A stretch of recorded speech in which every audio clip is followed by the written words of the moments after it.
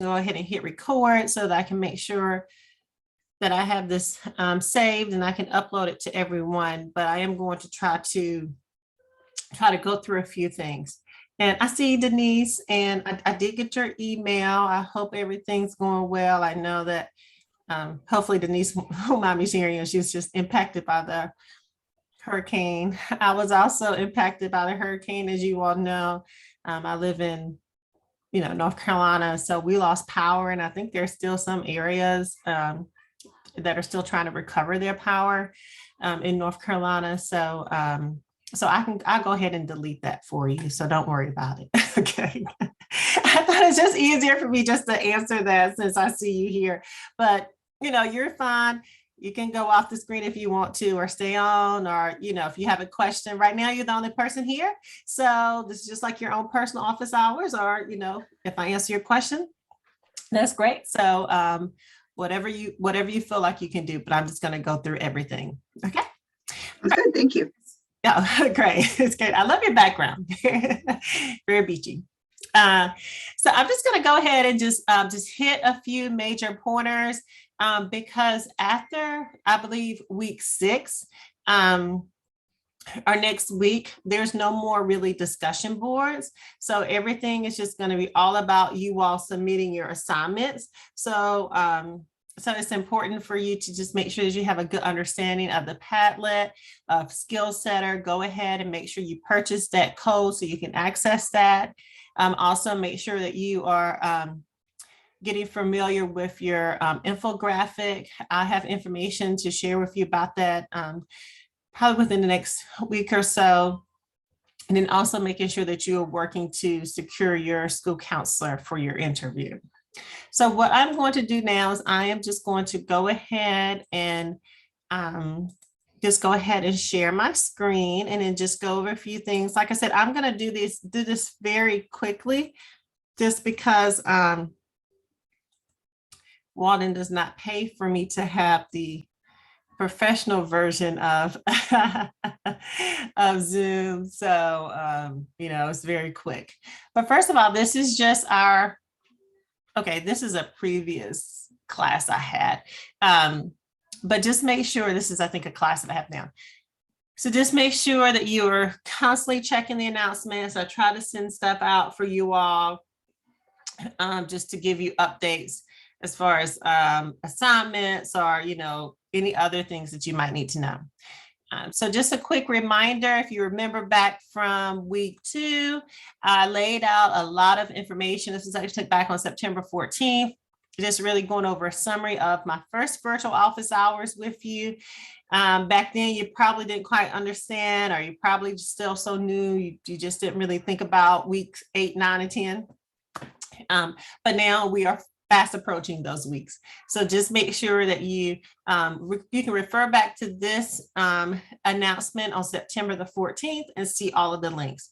But the first thing I want to make sure that you are familiar with is just SkillSetter. And we call it skill simulations. I think that's what it's called for you all. But just make sure that what you have access, that you have your code so that you can do this. I have to turn it on sometimes. So if you've tried to go to it, you probably might not see it. But if you go here, you'll see that there are 2 prompts. One prompt is asking you, what is the role of the school counselor? And then another prompt is asking you to introduce your infographic.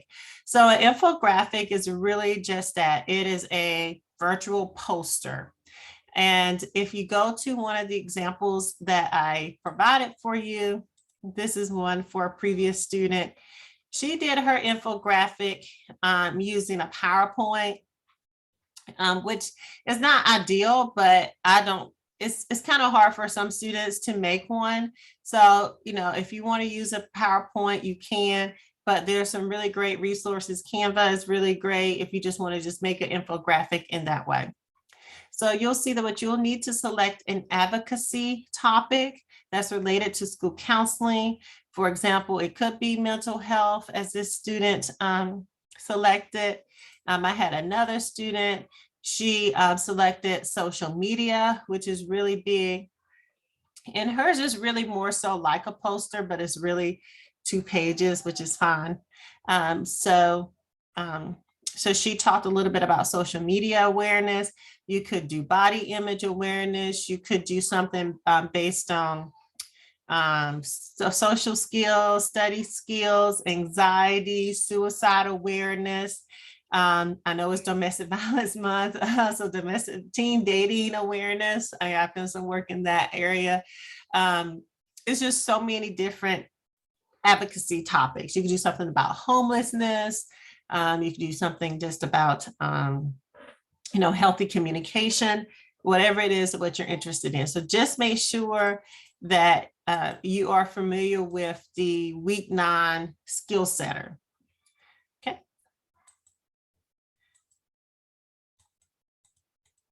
Oops, it looks like mine.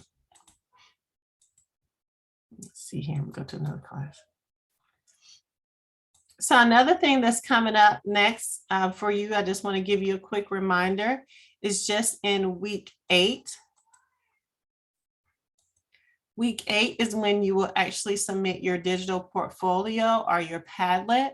So once again, this is just remind you of what you should include in your Padlet. It should include a peer review article that demonstrates the effectiveness of school counseling programs. You also need to include a reflection of that particular article. So I need a copy of the article and your reflection.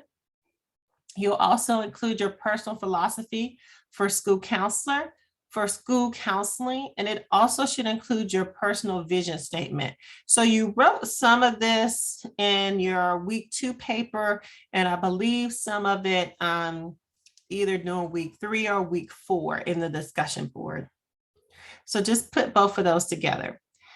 You also need to make sure that you do your reflection based on your school counselor competency assessment results. So that's not actually something that we're doing. I think we're doing that next week, the school counselor competency assessment. But just make sure you include those results, and just not the results, but just your assessment of what you learned about yourself and your role as a future school counselor. You also need to include your results of your implicit bias test, which is just merely a screenshot. I don't need to see the actual test. I just need to see proof that you completed one, whether skin tone, race, gender, sexual identity. Then you'll need to also include your reflection for your implicit bias test. And then finally include your advocacy infographic. And then also you'll need to include your school counselor lesson plan. Okay, so those are all things. And you will need to also put these in different headers. So we have the assess section, the define section, the manage section, and deliver section. So once again, here's Heather's example and how she had deliver, assess, define, manage, access, and then also deliver. And you'll see here that she, her reflections are kind of short. So I would actually like to see a little bit more than just how short she had her reflections here. But you'll see that she did just do a screenshot of the 2 tests that she completed. She also included the copy of her peer review article and then also a copy of the classroom guidance lesson plan. When she did it, we use a different template. So we're not using the same template that she's using here. And then she wrote up the definition of her core beliefs in school counseling, and then a reflection on her assessment, and then also her infographic here. If you go to the other example that I provided, you'll see that this student included a copy of her article, her reflection for her implicit bias test, her 2 screenshots to show proof of her implicit bias test, her classroom counseling lesson plan, her reflection on her article, her personal philosophy. Now she did hers a little bit different too. So you'll see there's so much diversity in how people do it. But because there's no uniform way that what we can say, hey, this is how we want it done. you know, as long as you just include the information, then that's fine. You do need to also include an APA format, but without a cover page, and you don't have to have a cover page, and you don't have to have the abstract, but you will need to have an APA format. So she did hers a little bit different too. But you also need to include your advocacy infographic. So here's just a reminder, if you are still trying to find some peer-reviewed journal articles, I suggest that you visit the Journal of School Counseling. This is a really great online electronic journal. So even whenever you start working as a school counselor, this is a great reference for you.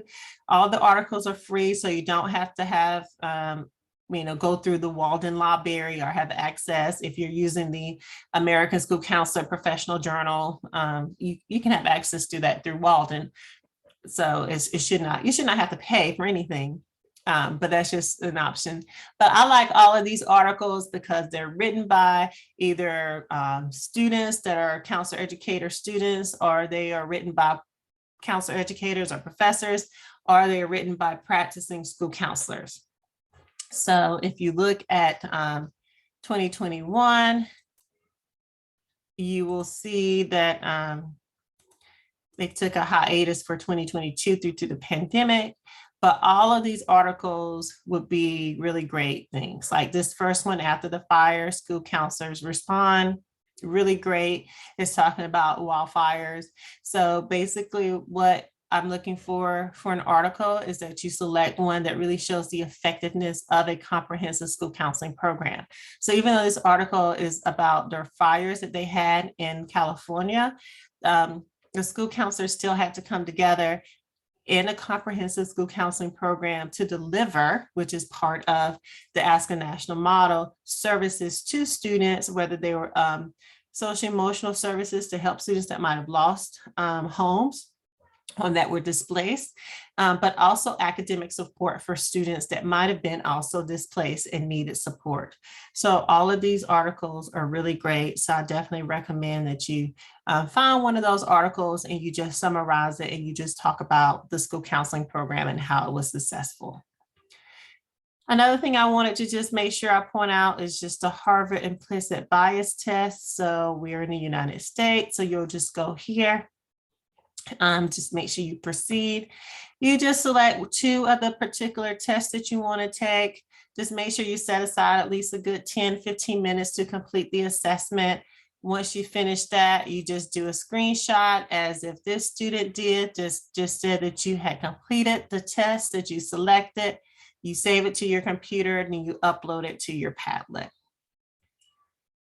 Another thing I just want to make sure that you're aware of is just that you complete your school counseling classroom guidance lesson plan. So you will need to use the template that's provided. So don't go and find something that's online. I've always had several students to go and find something that's, I don't know where they find this stuff from, but they find something and it's not in the right template. So please make sure you use the template that I provide. I know my computer's going really slow right here, right now. Another thing, if I go back to the professional school counselor articles, I hate to jump around, but please make sure that you select an article that's based in the United States. I think I had said this 2 weeks ago or last week, whenever I did a video for that particular week. I always have students that select articles that are outside the United States, and those schools in some of those countries, they're not really using the ASCA National Model or our comprehensive school counseling program. So you can't really talk about the true effectiveness of their school counseling program if they're not using the comprehensive school counseling program at ASCA that we are studying in our classes and that what you will study as a student. So please make sure that you are selecting articles that are based in the United States. And I would say all of these articles, they should all be based in the United States unless one or two of them might be based in Canada. So that's just something to keep in mind. All right, so this is going really slow, but I did. Okay, here it is. So here is her classroom guidance lesson plan here. and you'll see that she included that plan. Once again, you don't need to go out and create a lesson plan. It's something that what you could probably find online. Teachers Pay Teachers might have some for free. There's also some resources available online, some classroom lesson plans that you can find. Another thing that a tip that I always give students just to make things a little bit easier is that you might want to do your advocacy infographic and then also your classroom lesson plan on the same topic, since you're going to probably be researching or looking up information. So if you want to do your advocacy infographic on suicide awareness, and then you can also do your lesson plan, make sure it's developmentally appropriate. It's not something that I would say I would do for K-2. But you could do your classroom guidance lesson plan on suicide awareness. Another good example would be school anxiety, or it could be social media awareness, or it could be body image awareness, or it could just be just study skills, just how to help a parent help their child develop more effective study skills. So that's just a little hint and tidbit that I give the students, so that you're not looking for two different topics and you're not spending a lot of time trying to find something. Let's see here. So we went over the lesson plan. We talked a little bit about Padlet. Here are the Padlet instructions. Also, Dr. Tess did a very great video. If you're still struggling and trying to figure out how to create your Padlet, please go back and watch that video that I uploaded from Dr. Tess. Here's a link to Padlet.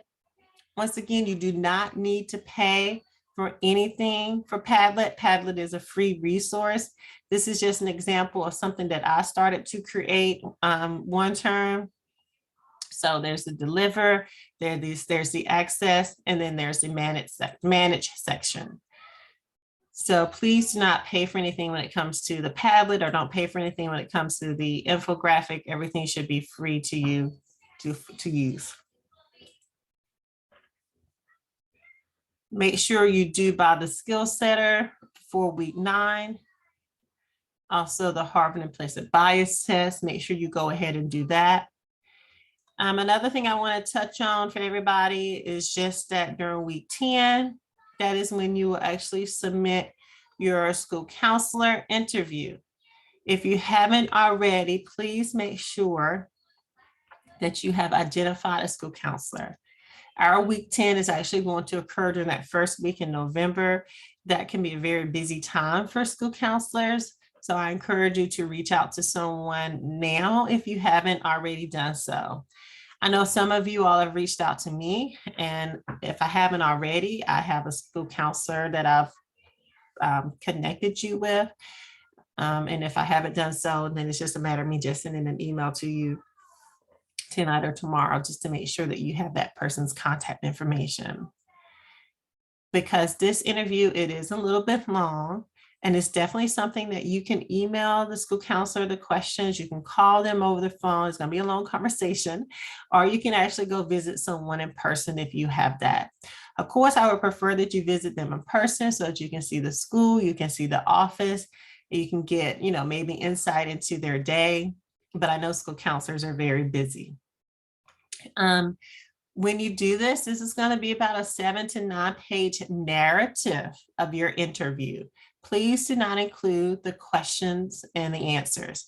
I have students that do this every single semester. They put question 1, please explain what counseling credential you have and whether the qualifications you have for your state. And then they list what the counselor said. And then they go to number 2, the question, and then they list what the counselor said. Please don't do that, because that is not a narrative form of the interview. You will need to just include this in basic APA format. So if you are referencing the ACA, or not ACA, the ASCA National Model, or any of our resources, please make sure that you cite those correctly. But you will see that this paper comes in 3 different components. So the first component is really more so just their credentials and what they do as a school counselor. and how they interact with their principal and other administrators, and the difference between the school psychologist and the social worker, and also the difference between a school counselor. The competent two is, component two is more so just a day in the life of a professional school counselor. So they just describe their day from 7:30 or 7 o'clock, whenever they would get to school, because that's what time we used to have to report to school when I was a school counselor, until they leave at 4 or 3:30. I always left at 4 o'clock. And those days can vary. It can vary for K-2, K-5, elementary, middle school, high school, people that are working in non-traditional schools. And then the last part, component 3, is just really where you write your reflection. What did you learn? Did your school counselor provide you with any new insight? Did they reaffirm your decision to go into school counseling? Did they say, hey, I might want to rethink this, or maybe I might want to think about working at a different level, or really, just whatever it is that what you learned. Please, please, please make sure that the person that you're interviewing, that they are a licensed professional school counselor. Every semester, once again, I have students that submit interviews with people that are licensed mental health counselors. You will not get credit if you submit an interview that is from a licensed professional mental health counselor. The person that you interview for this class, and I get this every term too, people that forget and they submit the wrong papers, but the person that you submit for this class, and make sure that you check your papers and that you are submitting the right paper for the right class, that person is a school counselor.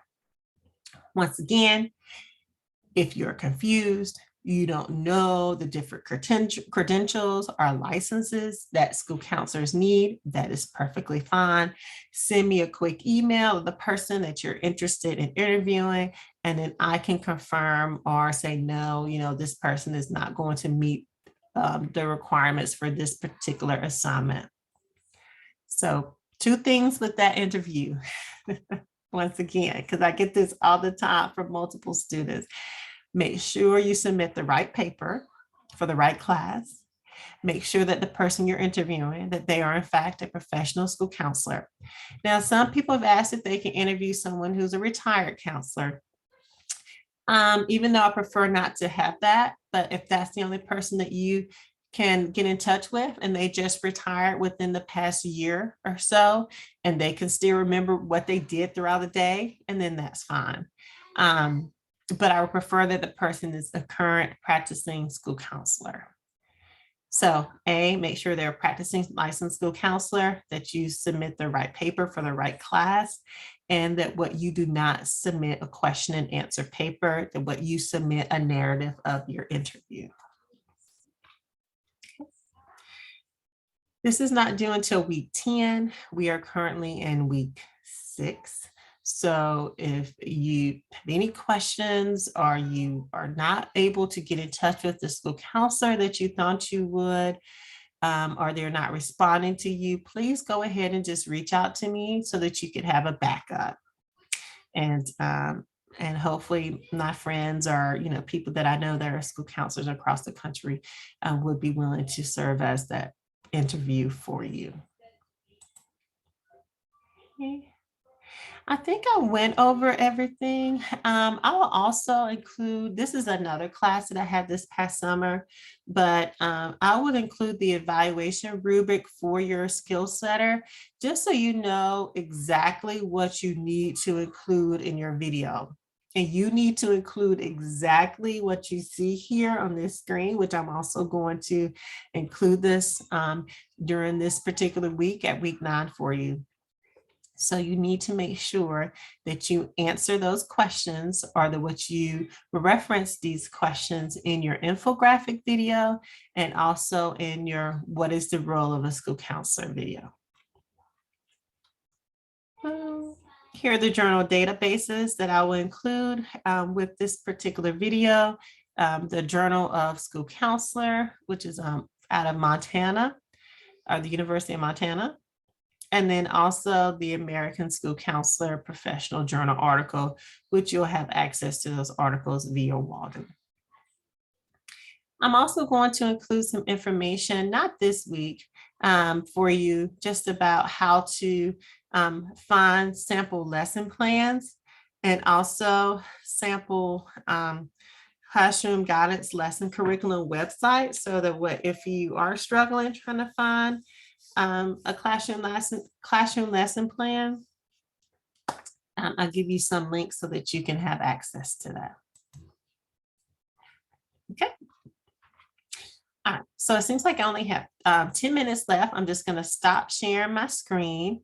It looks like Denise has been the only person that has joined us. So I'm just going to just open it up and see if Denise, if you had any questions about anything or need additional clarification. Yes, thank you. The assessment. So it says on a textbook, page 95. I am completely lost. It says use the scale 1 to 5, but then you talked about a link. So now I just went right over it. I'm sorry, I might have confused you. And I actually thought I had my my book here with me. Is actually back at my desk, but the new book is red, but this is an old book. Yeah, I have that. I've had so many copies. I've been a counselor so many years, or so many copies of it, but it's actually on page 95 and 98. So I apologize, it's not a link. I do have an electronic copy of this book as well. So sorry if I said link. But this is one of those assignments that's really, I wish we would change it because it's really more so school counselors to assess their program. And if you're not a school counselor, you're new to school counseling, this all looks like Greek or like, oh my gosh, I can't read this. I don't know what it's talking about. So just go through and just do the best that you can. It's really just based on if you're familiar with some of those language or topics, and 99% of it is you're not going to know, and that's fine. And you're ranking yourself 1 to 5 for your own personal assessment. You don't need to turn anything in. It's just a reflection based on, I read this and I didn't know anything about it, which is completely fine. It's fine. You can say, and then you can talk more so about the things that you want to learn and what you want to do and how you want to improve and gather more information about those topics. So I don't know. I keep telling, my lead and all my other colleagues, we need to really change this assignment and find a better assessment, because this is not really assessment that you all know what you're doing. But right. Just do the best that you can. So it's page 95 and page 98, I think that's is it 95 through 98, right? Correct. I think so. Like I said, I see that. I did not pick up. What'd you say? So the screenshot that we have to send for completing the bias one, how's that come into play then? Okay, so that's a different part of it. So that one, after you take the bias test, it will just say that you completed that test, and it'll tell you your results, or you have a preference for. Like I did one, it said I had a preference for light skin versus dark skin, or I had a preference for European versus darker skin people. But I don't need to know the results. The results might show up there a little bit, but it's just more so just you doing a screenshot saying that you completed that particular assessment. And it pops up right whenever you finish the assessment. So that's on the Harvard Implicit Bias Test. Okay, is there a website for that? I'm sorry. Oh, yeah. There's a link. If you go back to September the 14th in the announcements, and then you'll see the link for Harvard Implicit Bias Test. And I also just included with this email that I'll send out tonight with the video recording. Right, thank you. That's no problem. And then, sorry, jumping back again to the assessment part, you said 1 through 5. So that's just like, for example, on 95, it's like behaviors professional foundation. And it says 1 and then A, B, C, D. So there's like, we have to put like 1 for A, if we agree with it, 2. Okay. So each little dot. Yeah, and Okay, it's really based on your own personal scale, how you feel about it. I'm not looking for a number. I'm not looking for any results. It's just really you taking it and just be honest and say, hey, this seems very awkward, and I just hope that maybe I'll be able to have more competence and confidence in this type of assessment in a few years once I start working as a school counselor. okay. And then skill setter, just make sure you have that access code. You buy that from the bookstore. And if anyone has any issues with that or questions about it, just send me an email, and then I'll try to help guide you the best that I can. But all of that really comes through the bookstore, and it's easy. It's just kind of like a Zoom, like we're doing now. You just record yourself, and you can record yourself multiple times, and then you upload the video that you like the best. And it's really short. It's only like 2 to 3 minutes. So I don't need a really long, drawn out, explanation of school counseling. Just make sure you address those questions that are in the rubric, and then that's fine. This is different from the infographic poster, correct? Yes, it's different, but then you also do a video to Wally, which is our parent, describing the infographic. So he's Okay. saying, I hear you want to talk to me about something. And then you'll say, hey, Wally, I want to discuss suicide awareness with your son or your daughter. And then you'll talk about the statistics for young adults or teenagers with suicide and what you need to look out for and how they can come and get help. Okay. Okay. It just seems a lot, but I'm sure week by week I can piece it together. Oh, yeah. Yeah, you can piece it together. It seems like a lot, but you'll piece it together. Start by just taking those Harvard implicit bias tests. Very easy to take those. You can do those quickly. And then that's done. Write your, very brief paragraph reflection, upload it to your Padlet, and then just move on to the next one. But I'm here. I've even had students to send me their Padlet link if they wanted me to look at it before they submitted it. And if you need to do it over again, I need to add something. I don't, I want you to pass, and I want everybody to do well. So it's not, I'm willing to work with you if you need additional support. Thank you. I appreciate this. And thank you for the help with the extra links and all that crazy jazz. I don't know what happened. So oh no. That's okay. It's just like you get all this information at the beginning of the term, and then things happen, hurricanes happen, life happen, and then you're like, oh my gosh, week 8, 9, and 10 is coming up, and I need to get an interview for a school counselor. I need to do this digital Padlet that I've never done before, and I need to figure out how to do this video and infographic, which I've never done before. But the good thing about it, there's no discussion boards. It's just doing the assignments. So hopefully you're able to focus on that over these next few weeks. But we still need to get through week 6 and 7. okay, so we don't really need to. Do we still need to post anything for weeks 6 and 7? Because I post this up. Okay.